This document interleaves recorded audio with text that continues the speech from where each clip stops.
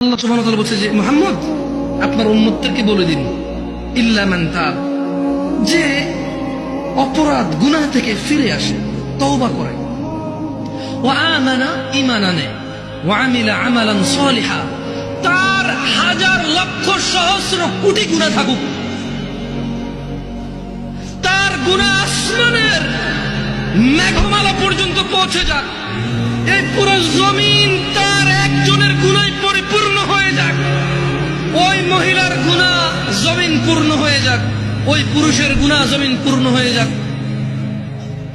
মুহাম্মদ সাল্লাল্লাহু আলাইহি ওয়াসাল্লাম আপনার উম্মতকে বলেন, সে যদি তার গুনাহকে মাপার দরকার নাই, তার গুনাহ কত কত ওজন কত সংখ্যা মাপার দরকার নাই, ওকে বলেন। এটা সূরা ফুরকানের আয়াত।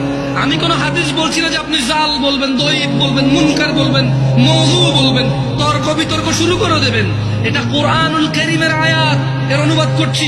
আল্লাহ বলছেন যে আপনার এই উম্মতদেরকে বলে দেন, গুনার সংখ্যাও কেন গুনছে, ও ওজন কেন করতেছে, ও বেঁচে আছে না, ও নিঃশ্বাস আছে না, ও তো মারা যায়নি, এখনো ওর জন্য তওবার দরজা খোলা আছে, ও ফিরে আসতে পারে, ও ফিরে আসতে বলেন। ও বলুক আল্লাহ যা করেছি আর করবো, তাহলে তওবা করছে, কি করছে, তওবা।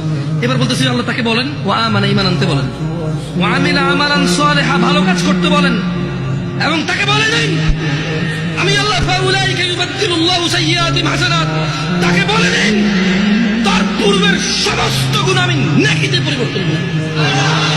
ওয়া কানা আল্লাহু গফুরার রহিমা, কারণ আল্লাহ অতীব দয়ালু ও ক্ষমাশীল। আমি চলে গেলাম, তুমি থেকে যাও, আমি এখন চলে গেলাম, তুমি থেকে যাও। তোমার পূর্বের গুনাহ 20 বছর, 50 বছর, 30 বছর, 60 বছর, 70 বছর, কত বছর তুমি জানো। তোমার রব বলেছে ফিরে আসো, যে যে যে যে যে যে গুনাহ ফিরে আসো, এগুলো আর করা যাবে না। আগের সমস্ত গুনার জন্য এবার ঈমান আনো, ভালো কাজ করো, আর খারাপ কাজ করো, আগের সব গুনাহকে নেকি